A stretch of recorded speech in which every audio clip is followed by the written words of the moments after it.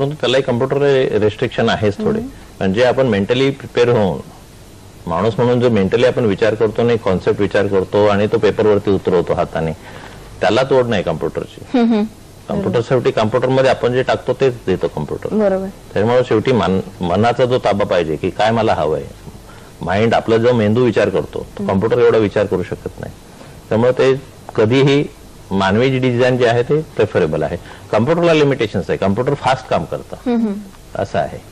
नक्कीच. म्हणजे कसं आहे ते सिंथसायझर मधनं वाद्यांचे आवाज निघतात, पण जे ओरिजिनल वाद्य असतं त्याचे सूर नेहमी नक्कीच वेगळे असतात, त्यातला गोडवा खूप वेगळा असतो. पण मला सांगा की तुमची दोन्ही मुलं आता या क्षेत्रामध्ये आलेले, तुम्ही आर्टिस्ट म्हणून तुमचं थिंकिंग आणि नवीन पिढीचं थिंकिंग याच्यामधनं किती डिझायनिंगचा फरक किती येतो? याच्यामध्ये मला एक असं सांगावं असं वाटतंय की बऱ्याच लोकांना असं कल्पना नसेल या गोष्टीची की ट्रॉफी मेकिंग हे एवढं मोठं व्हास्ट फील्ड आहे की हे आम्ही एवढ्या मोठ्या प्रचंड प्रमाणामध्ये करतो की जसं माझ्याकडे जवळजवळ 40 कारागीर आहेत आणि 12 तास कमी पडतात.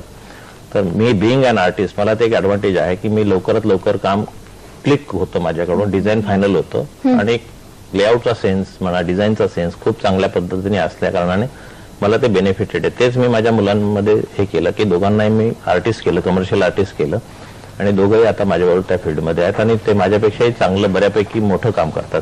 कॉर्पोरेट सेक्टरचं पूर्वी मी फक्त फिल्म लाईनचं काम करायचा, ग्रॅज्युअली मी पण वळालो कॉर्पोरेटमध्ये, पण माझी दोन्ही मुलं कॉर्पोरेट सेक्टरमध्ये भन्नाट काम करतात.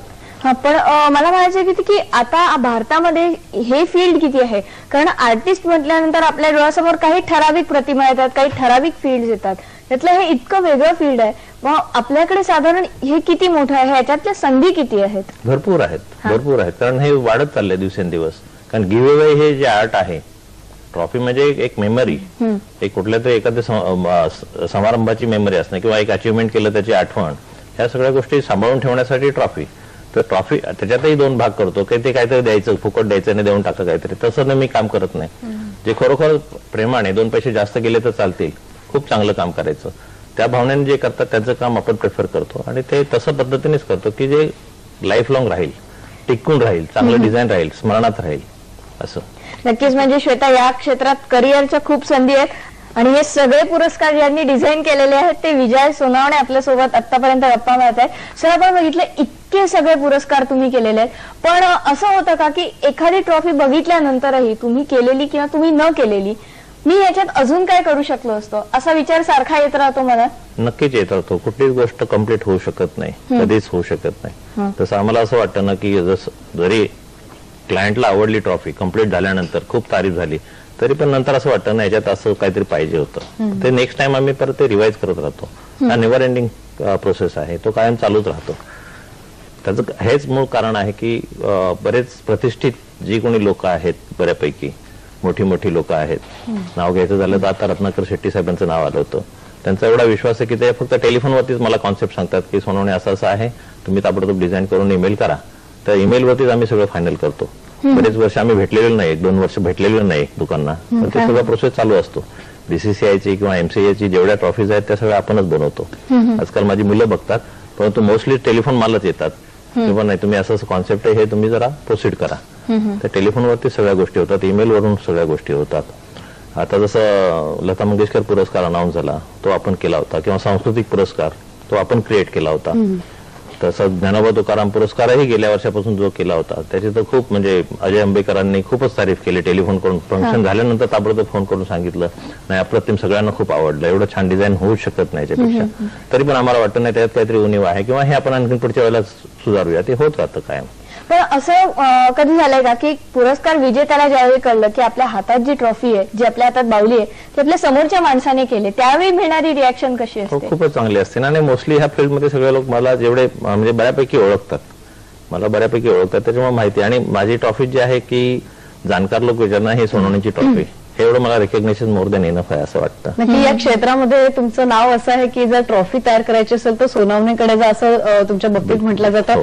यातले चॅलेंजेस तुम्हाला काय वाटतात? चॅलेंजेस आजकाल फक्त टाइम लिमिट कमी मिळतं, खूप टाइम लिमिट कमी मिळतं, खूपच वेळ कमी असतो खूप लोकांना, कारण फास्ट लाईफ झालेलं आहे आपलं, त्याला इलाज नाही काय.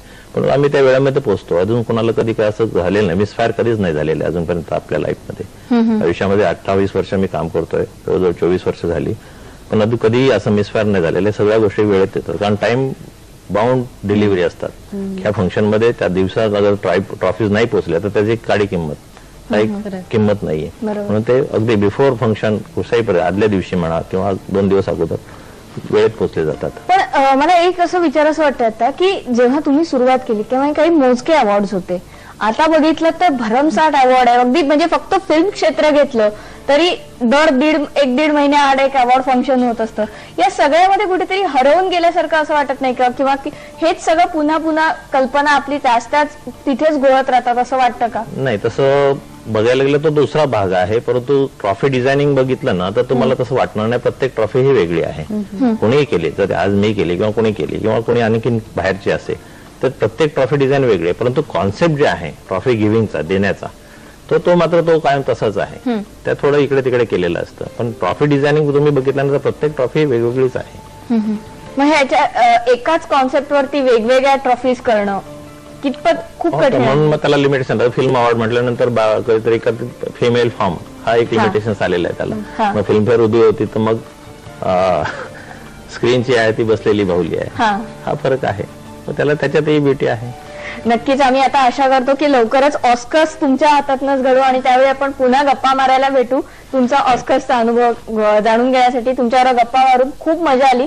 इकडे आलात आणि आमच्याशी इतके छान गप्पा मारल्यात याबद्दल धन्यवाद. थँक्यू. धन्यवाद. तर हे होतं आमचं आजचं मॉर्निंग बुलेटिन. सलाम महाराष्ट्र. पुढचं बुलेटिन घेऊन येते भक्ती. अचूक बातमी, ठाम मत, पहा फक्त IPN लोकमत.